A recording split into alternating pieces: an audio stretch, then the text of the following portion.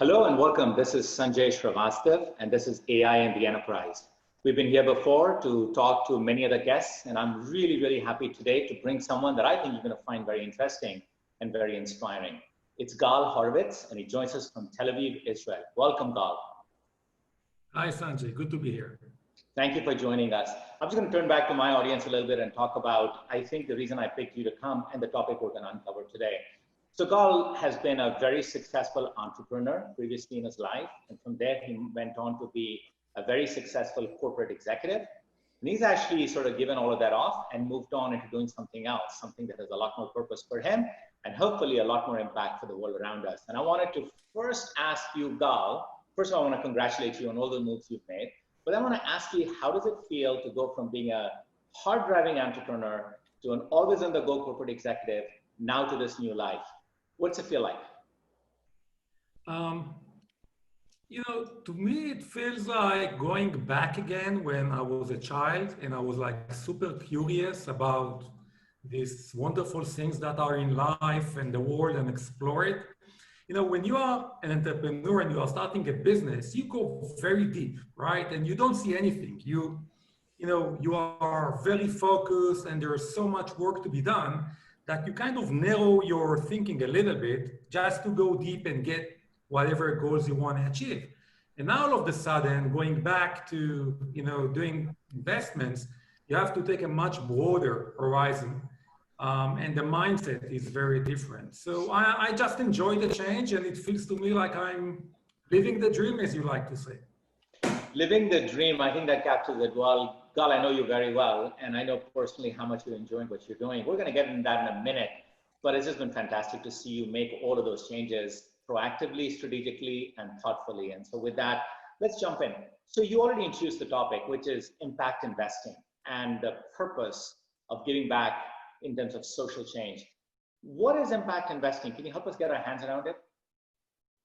So the definition of impact investments is investments made into companies or organizations or funds with the intention of creating a measurable, beneficial, social or environmental impact alongside a profit or a financial return, right?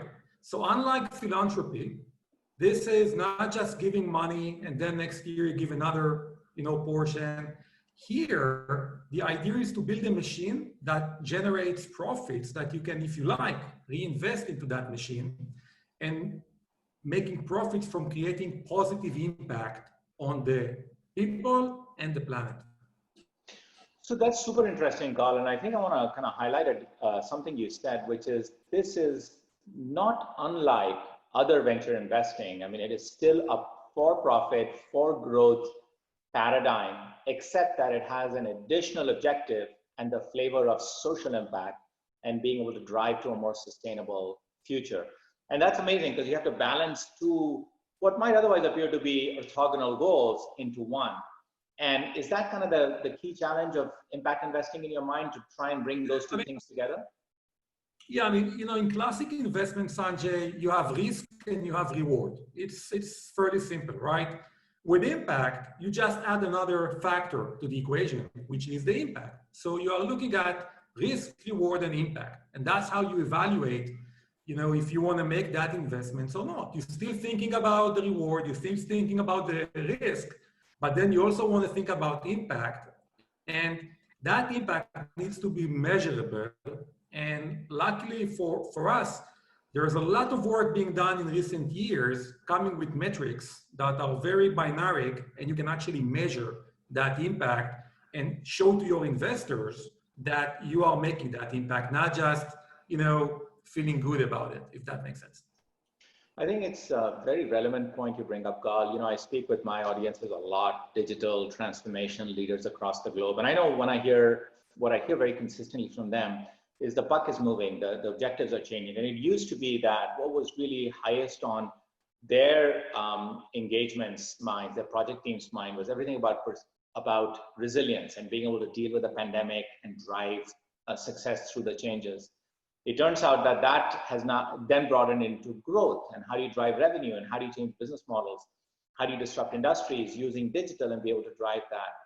But as important as resilience is, you can't get to the next one till you get resilience right. And then as important as growth is, which is follows after resilience, really the long-term objective is perseverance. How do you as a group, as a project team, as a company, as an enterprise, persevere? And that comes to purpose, and that comes to being very clear about what the purpose is.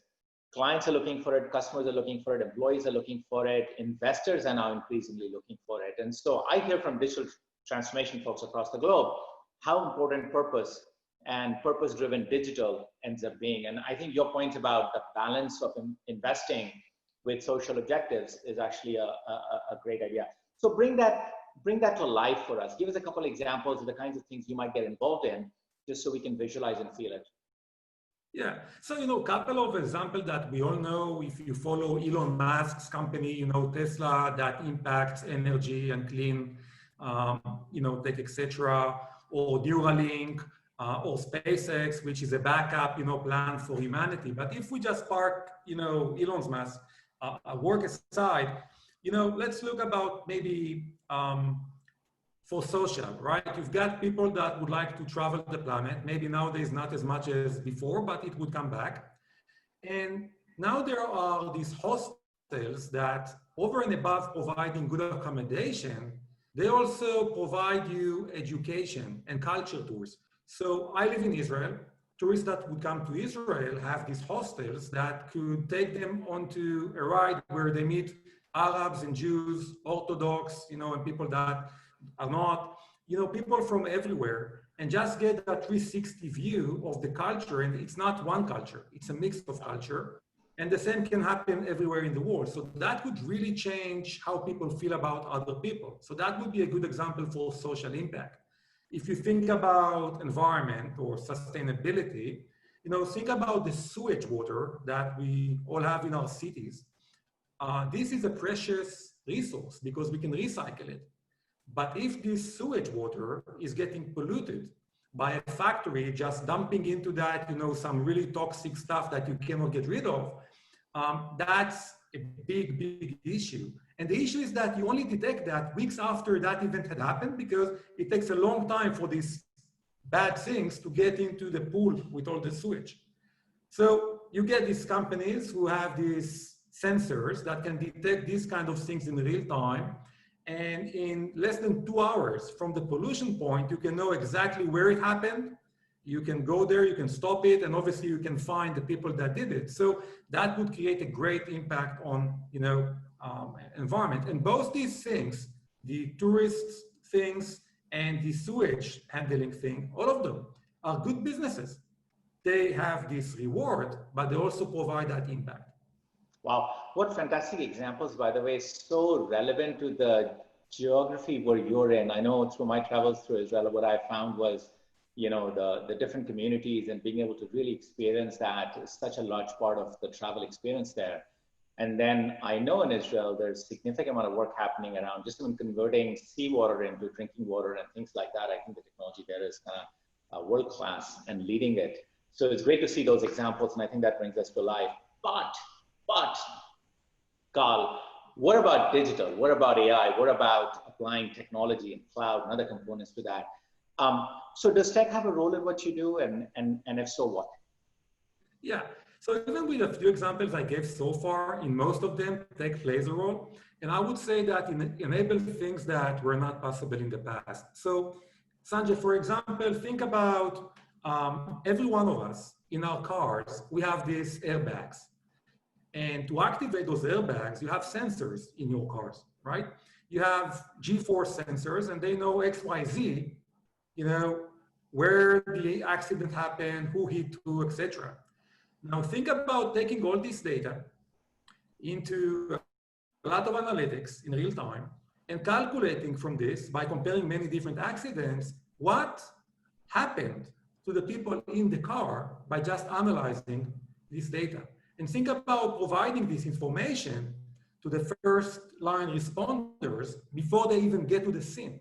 So you come to a scene of an accident, people are lying around, you don't know what happened. Think about if you have a report that, this guy probably, he's the passenger from the back, he has a back injury, and that guy from the front, something happened to his, I don't know, face or whatever, right? That can save life. And that is a combination of sensors that are everywhere, communication that comes with our LoJacks and other systems, big data, analytics, AI, all of that working together to literally save lives. So that's a good example, but there are so many such examples around us. And it's, I just heard about Google taking our phones and making out of them earthquake detectors, a giant seismograph. So in California, where you live, right, or used to live, people will get early warning on earthquakes by just carrying an Android phone in their pockets and by using like a crowd sensing from all these phones together to create this, great value to society, right? So again, a great use of technology could be a great investment and such a great, impact on everything we do. Just even as you walked me through that, what struck me was that there's a significant amount of data that's increasing every day. And being able to harvest that data, to your first example, and then equally, the advances we're moving in artificial intelligence and neural nets and being able to come up with predictive engines that are getting better and better and better. I think the convergence of those two things just open up so many opportunities. And you gave us two very, very good examples of large data fields that are growing by the day and AI techniques that are maturing by the day, and those two come together, and what fantastic outcomes. And so in some ways, what I'm hearing from you is a call out to all of us, to all of the digital transformation people across the globe, to be thinking of innovative and inventive ways of utilizing, of harnessing, of uncovering new opportunities and bringing them to the forefront. And what an inspiring play that is. Gal, how do we stay connected to you? I know you're on LinkedIn, hopefully, and I want to continue the dialogue. And then for those of us in our community that are interested in either contributing ideas or learning from you or tracking you a little bit, what's the best way to do that? Yeah, I'm on LinkedIn, Gal Horvitz. I'm very accessible. I'm getting a lot of conversations with interesting people around the world around these topics. There's a great community that is forming around impact investments, entrepreneurs, investors, etc. So anyone who would like to ping me, I promise a response. Gal, thank you for joining us. One of the things I've tried to do is to expand kind of the scope of what we do in this forum, and increasingly we're getting into purpose. We've defined purpose as three things, at least for me personally, and this will differ from all of us individually. I'm very focused on the whole area of inclusiveness, the whole area of racial justice, and then sustainability. And within sustainability, just thinking about a more sustainable earth. And I know that you are working tirelessly at that from an impact investing perspective. And hopefully all of us are working at it from many different walks of life. Gal, thank you for joining us. It's always great to have you with us. And thank you for sharing your insights. Good luck with what you do. And we look forward to hearing more about it. Thank you, Sanjay. Thank you so much. Bye for now.